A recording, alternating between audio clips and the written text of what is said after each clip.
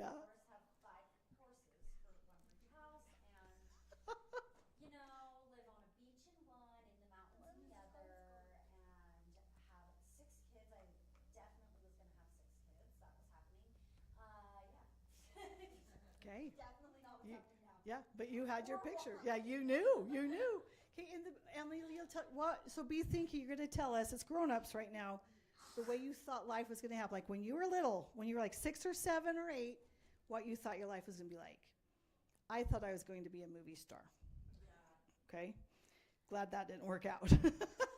Right, Emily, go ahead, and then we'll come over here. I thought I was going to be married by 21, have 4 kids by the time I'm 26, in a stable home with dual income.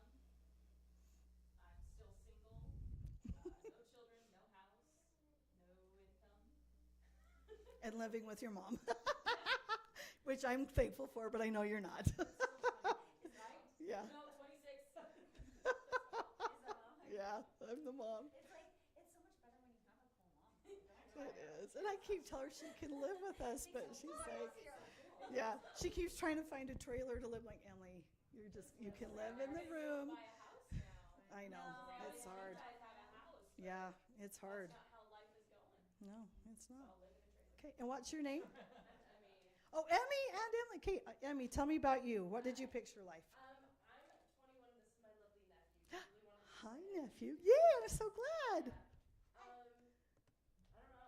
I thought the millennials would be kind of what we're doing right now. Just hanging out, just working, figuring things out, going to school and whatnot. So what do you want to be when you grow up?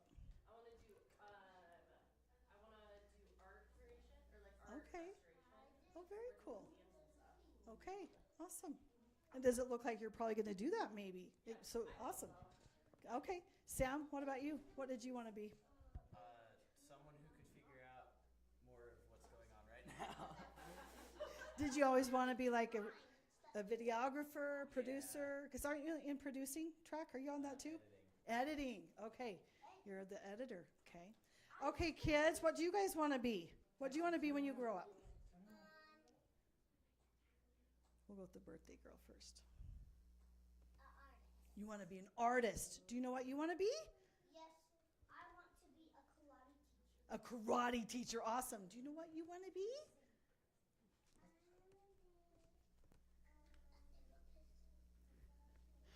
No way. For real? That's awesome. She's a therapist. Is that all? And what do you want to be? Charlie, what do you want Uh-huh. to be? It's okay. Okay, you think about it, and when you know, you raise your hand. Charlie, what do you want to be when you grow up?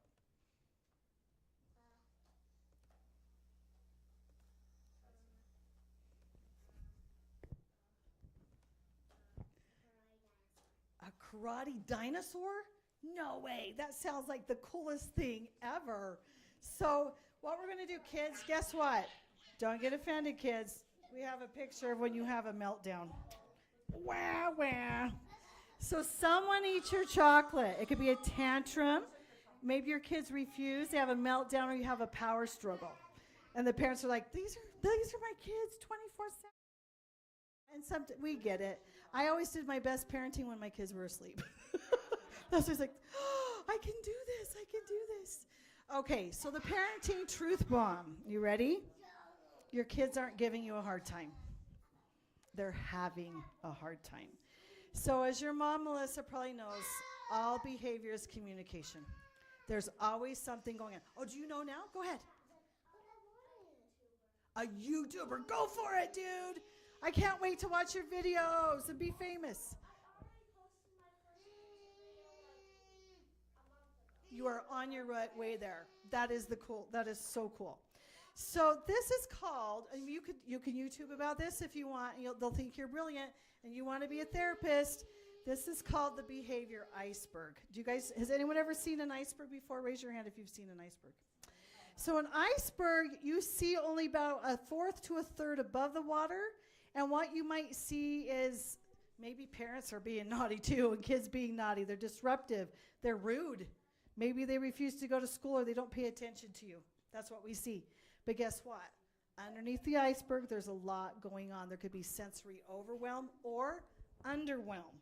meaning they don't have enough stimulation. They're just in front of a screen all the time, right? Or they're overstimulated because they're on a screen all the time. They could have, there could be some autism going on, ADHD. There could be excessive demands, things that they just don't know how to do that we're expecting them to do, and they're just not capable. Do you guys know what stimming is? Does anyone know what stimming is? Yeah, it's like me. Mine's my hair all the time. I'm stimming with my hair. Masking. Sometimes they pretend it's something else when it's not, or an unmet need. So under the stress, it's you're burning out. We're going to look beyond the behavior. So Maslow's hierarchy. Raise your hand if you've seen this, of course. I know Melissa has. Okay. So this one has changed a little bit. So Maslow, he just had like 3 things. And it was, when he talked about safety, he meant your water, your sleep, your shelter, your clothes, and your air, right? But now we're expanding safety to basic needs, to be healthy, to have a stable family. You talked about this, stable resources. To maybe, Emily talked about this, have property. You feel you're not going to be a nomad your entire life, right? That's the basic safety concern. Yeah, it does look like you. But here's the deal with Maslow's hierarchy if you don't know this. Until this need is met, it is really difficult to move up that triangle, feeling loved and valued, and then getting to the I am I. Yeah. So sometimes we've got to focus back here because we're like, oh, we're going to work on their esteem and confidence. We want them to have friends. We want them to belong. We want them to make the team. And I tell them I love them all the time. But we're forgetting about down here. We're not letting them get the sleep they need or good nutrition. We're not, sometimes kids just need a drink of water. Let's be honest. It can solve a lot of problems here. Okay, here we go. So resilience, because this is a resiliency training. And sorry, I know I'm on a microphone, but they're filming because I know I'm like, okay, it's just us. So let me tell you about resilience. I want us to put on a new lens of resilience. I used to teach it was like a willow tree where we bend without breaking, right? Have you guys heard that? That's resilience. Or and that's still a great definition of resilience. Or resilience is falling down and getting back up. Another great definition of resilience. Not saying don't use it, but the new lens is this. Anyone can fall down once and get back up. It's not that difficult, but it's falling down and getting up the second time. It's what you do today, tomorrow, next week, next month. It's consistency. So that's my new definition. It's all the time. It's not giving up. It's not saying, I did it. Mom, give me a sticker because I did the job. No, you do the job today, tomorrow, the next day, the next day. Now you get a sticker after a week. Is that making sense? Type of thing. It's not because they did it immediately for that immediate resource or reward. They need to be consistent.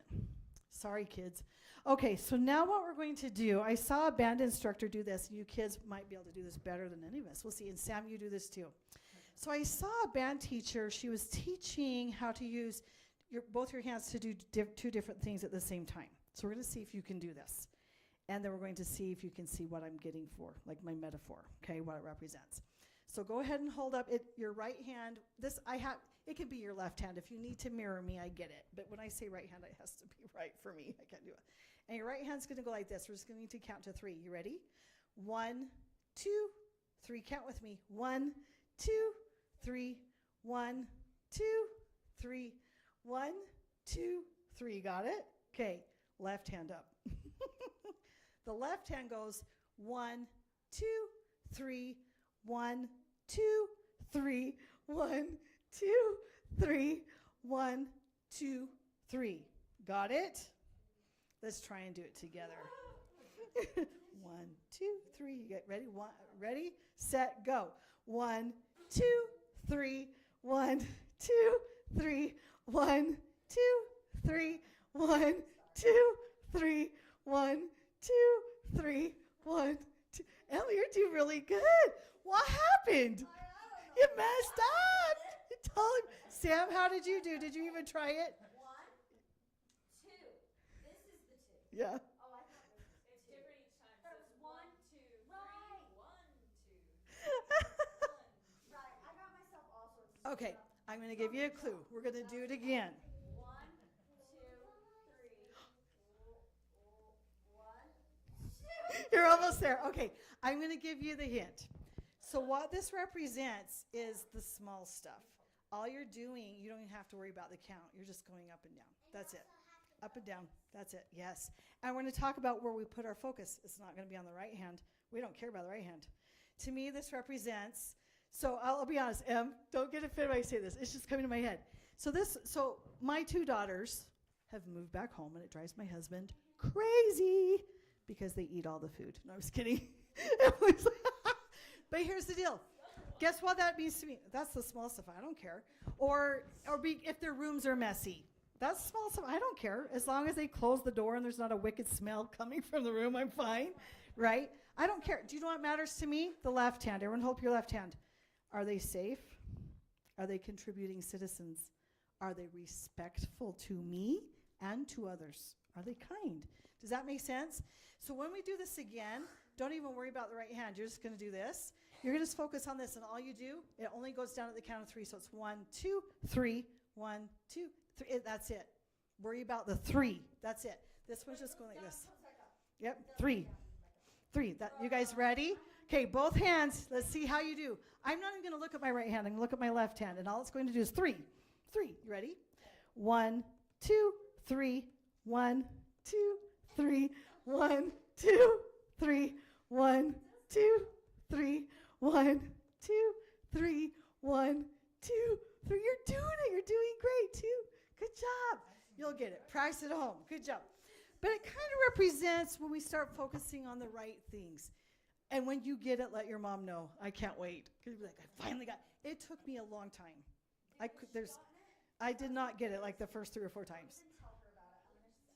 Okay, story time. So this is a book that I told your grandma. Do you call her grandma? Okay. That I was going to give away tonight, but I won't receive them until Friday. So I will give them to her, okay? And so I put the pictures up here, and we're about to have a story. Are you guys ready? It's called Who Ate My Chocolate? You ready? Like it really is called that. Who Ate My Chocolate? In a cozy little house called Life, 4 friends lived beside a magical pantry. Inside the pantry was something they all loved very much. Chocolate. The chocolate meant good mornings, fun plans, favorite snacks, and predictable days. Aren't they so cute? And that chocolate pantry looks delicious. Crunch was very organized, and he's a good planner. He's the one in orange. He always had his hot cocoa at 8 a.m. as scheduled. Snack was very curious and always liked tasting different kinds of chocolate. Melt was very optimistic and always on the lookout for a new adventure. Huff liked things to be done his way. He ate his chocolate at the same time, in the same place, and in the same way every day. Now you get to tell me who you think you resemble the most. Not in looks, but in your behavior. Raise your hand if you think you're more of a crunch. You're organized, you're a planner, maybe you make a list. Anyone? You do? Okay. I kind of do. I'm a crunch. What about a snack? More curious. Maybe you get into things you shouldn't be getting into, but it's kind of fun. Okay. A melt, optimistic, always kind of positive. Okay. And you can be a mix. Huff. Things need to be done your way. I'm a crunch and a huff. And he's admitting, you're more of a huff.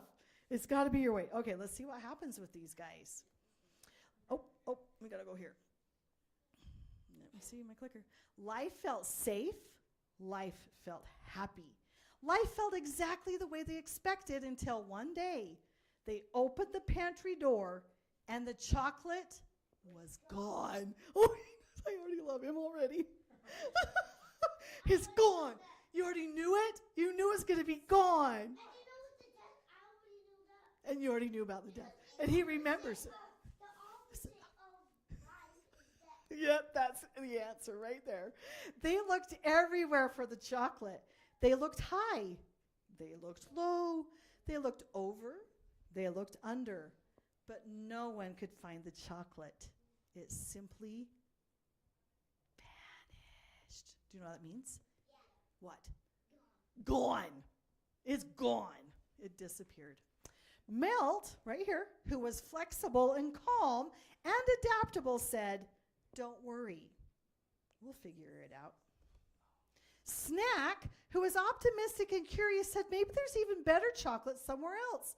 I'll never know if I don't try. She couldn't wait to explore outside the cottage. Look, she's dreaming of chocolate waterfalls already. And chocolate volcanoes. Yes. Okay, come on, clicker. Don't let me down, bud. Which is just black chocolate. It's just, yep, I'm going to have to walk here because here we go.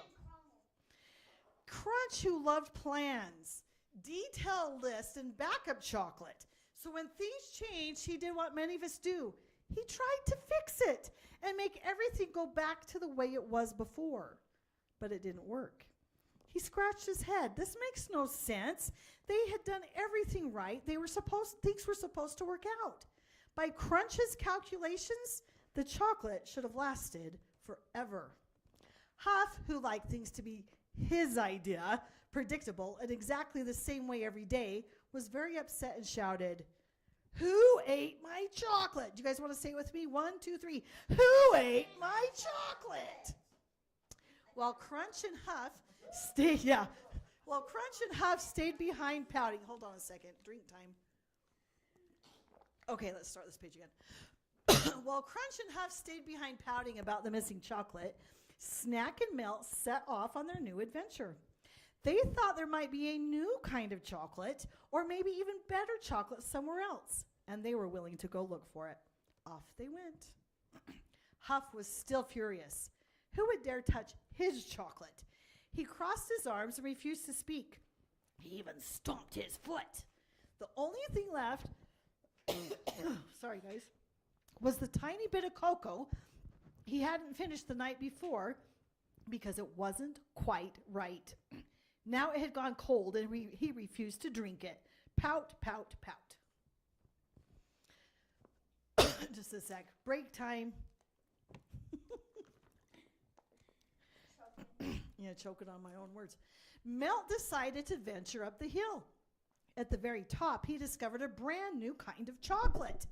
To his surprise, it was even more delicious than the chocolate from the pantry. Melt smiled from ear to ear. He was so glad he had been willing to try something new. Melt called out to Snack. She came running as fast as she could to see the discovery.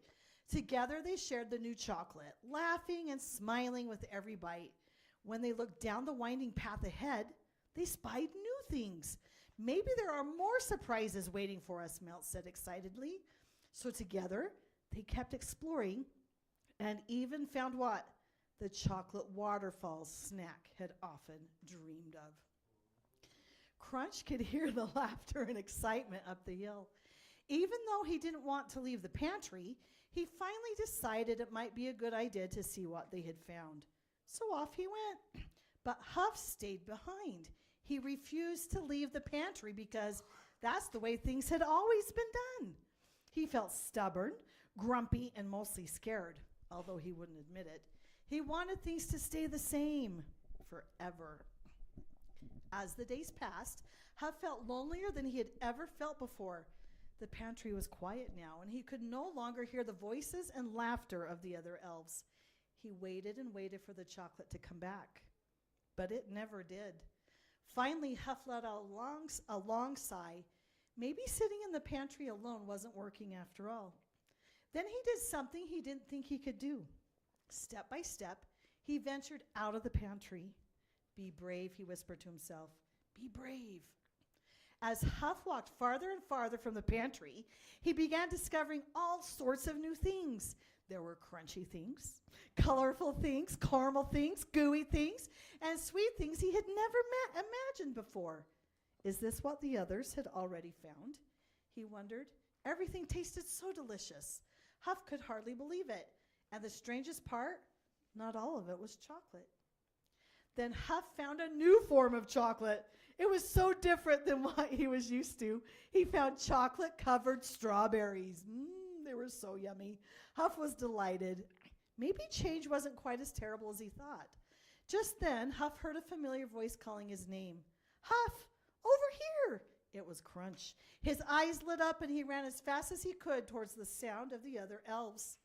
Together, they discovered something important.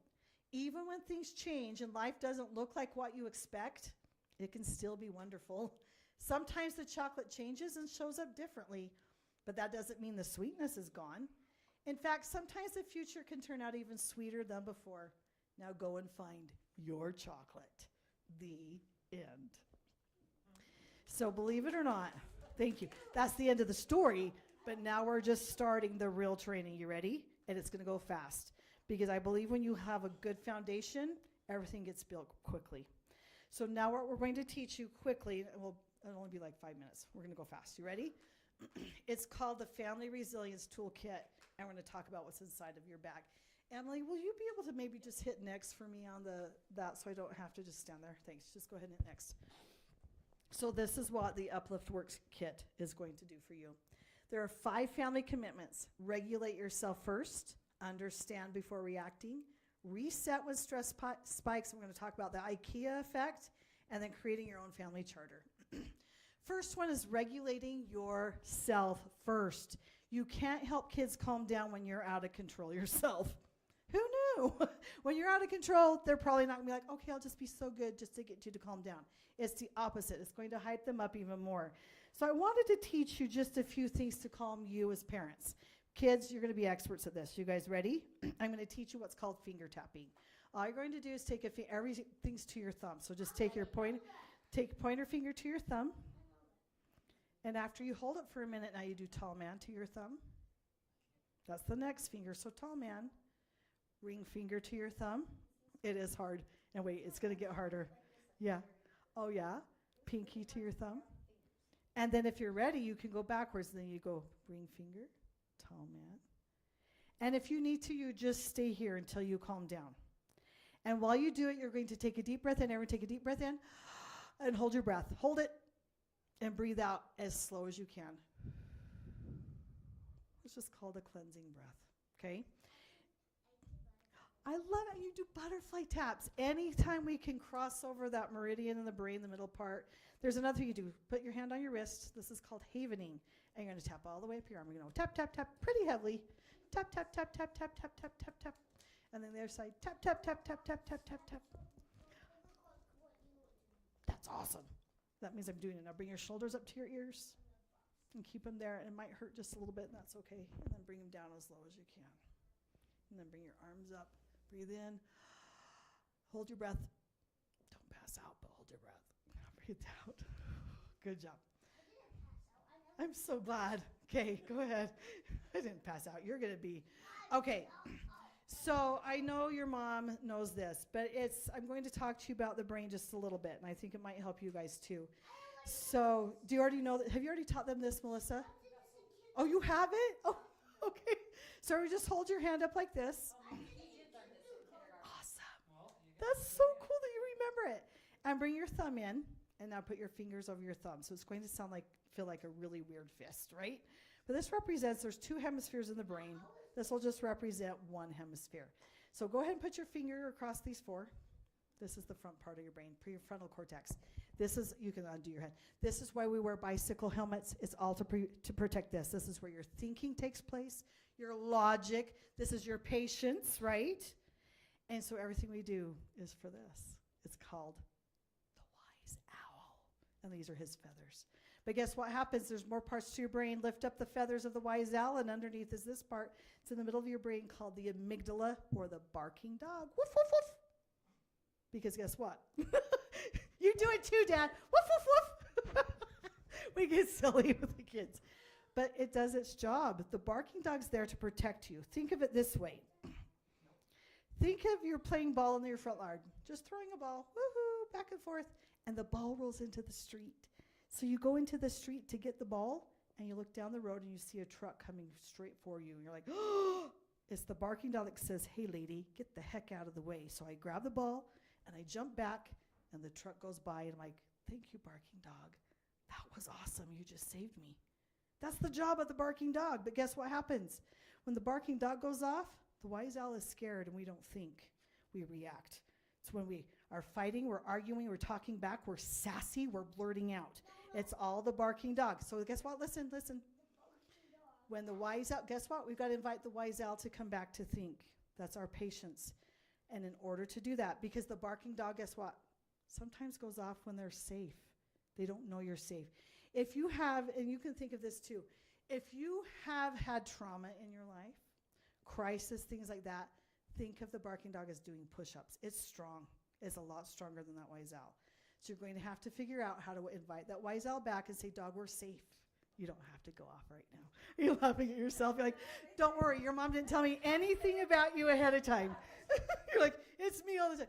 I do it too. And so I'll be honest, my job's kind of saved me. I feel like I've become a better parent. I'm like, oh, I would be such a better parent if I had done this, decades ago. But to do that, we just do simple things. We do the finger taps. We do the cleansing breaths.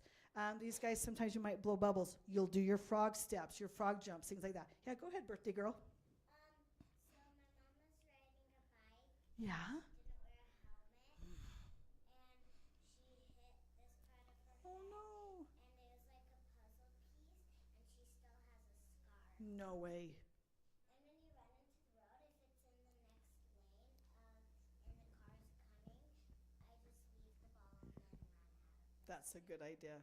Good idea. Very wise. Idea is if you don't want the ball to get squished, you better get the ball fast and then run away. Yeah, and we make sure there's no truck coming, huh? Yeah. If a truck comes and it hits you, you'll keep your scar for like. You might be flat.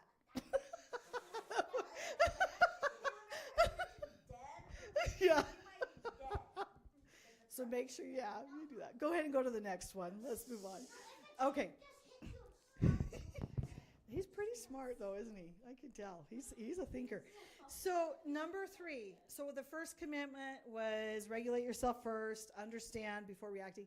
It's creating a home Zen den. And I think, Melissa, I've told you this before, too. We did a little experiment at one of my schools, and we started doing scheduled visits with certain students that were driving the class nuts because they wouldn't, they just kept yapping or, breaking things, whatever. And what we found, it worked like a charm because they wouldn't continually ask to go to the Zen den. The teacher knew when it was, and sometimes it's a snack break, I'll be honest. Sometimes it's a game break. Sometimes it's a reading break, sometimes like that. So I thought, why can't we do this in our own homes? Find a spot in your home that the kids know is off limits for talking. It's just they can reset or you can reset. I had one lady a few months ago, she says, well, I have a music room that the kids know as soon as they enter, it's quiet. She goes, does that count? I said, it does. Whatever brings you peace, right? It could be, you're like, it might have to be my closet, whatever. So maybe you want your own Zen den, but have something for the kids, and you can use this bag in the Zen den as well that we're going to give you. And have a timer. We use sand timers in the Zen den because they need something visual, a 5-minute, a 10-minute, whatever, and they don't come out till it's done. And it's not as a punishment. The goal is not to get them there when they're out of control. It's to get them to get used to as they're getting heated up. Does that make sense? Just as their barking dog's just starting to bark, not full-on roar, right? And so they can get used to self-regulating instead of always having mom or dad give them a tablet or give them a sucker or whatever to calm them down and give in like we always did. We just gave in, like, just be quiet, right? It's to teach them to calm themselves down so you makes your job easier as a parent. Let me know if anyone does that. And okay, go ahead and go to the next one. I talked too much on that one. Okay, so this one's called the IKEA effect. What it means is confidence comes from contribution. So I used to do a lot of job lists with my kids. They'd earn like a little letter for the word bowling, and once they spelled it out, we'd go bowling, or you know what I mean? That's what we're talking about. But give them things that maybe you don't even think they can do. Let them pack their own lunch. I've had kids come to school with wrong socks on, and that's fine. And the parent's like, I'm letting him choose it. Or maybe you compromise and say you can choose your outfit twice a week. Age-appropriate stuff, right? Help plant your garden. A real job that matters in the house. Like if they don't close the fridge door, then that food has gone bad and no one's eating. It affects everybody, right?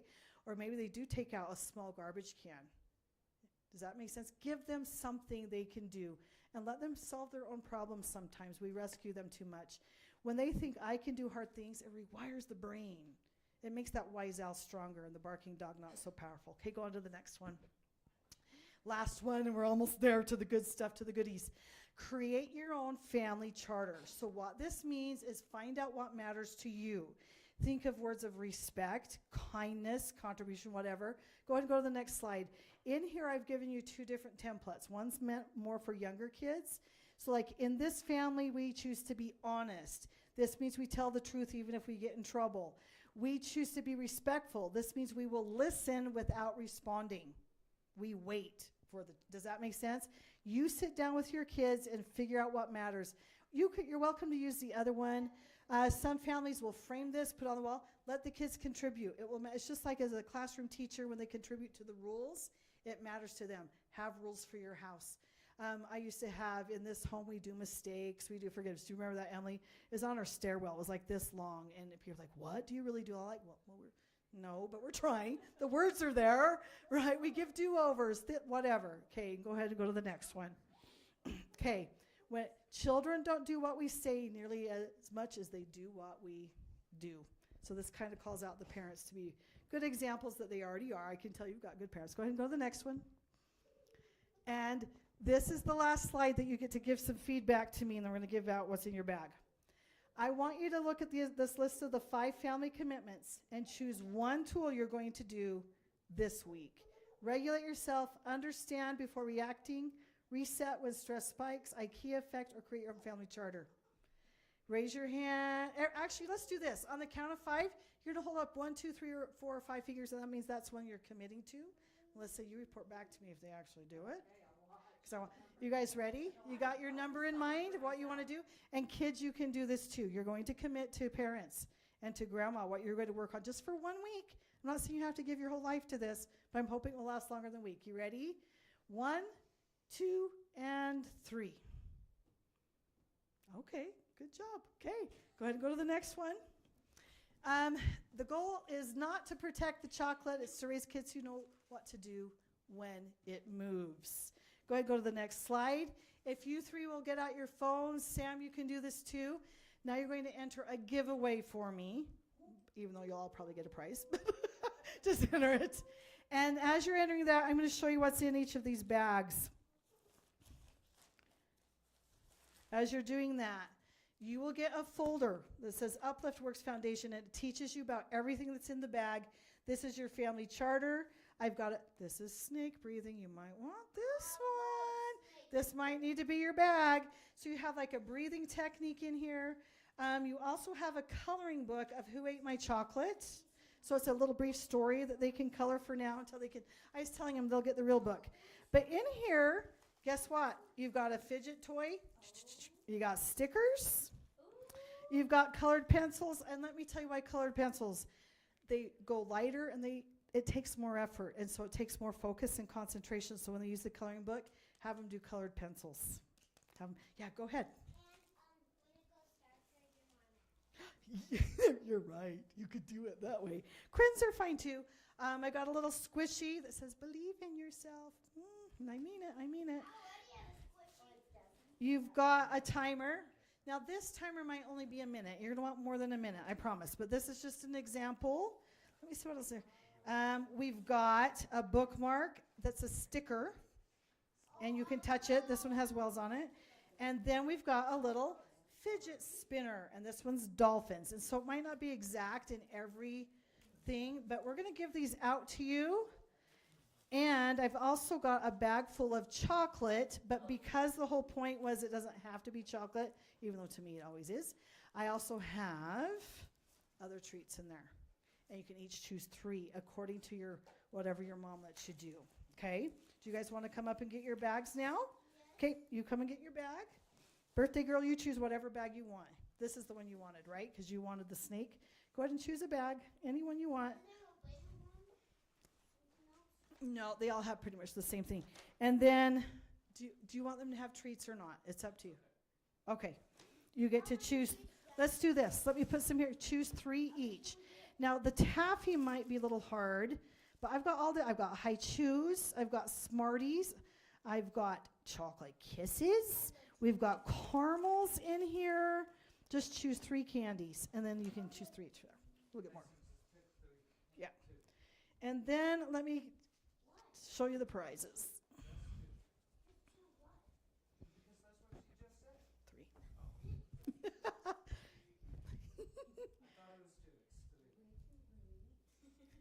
3. It's actually 2 because he wants 4. 2 for you. 4.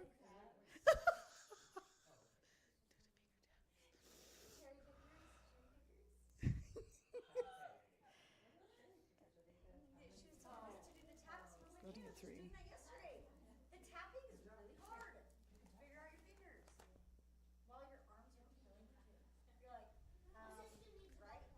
Okay, she can have one.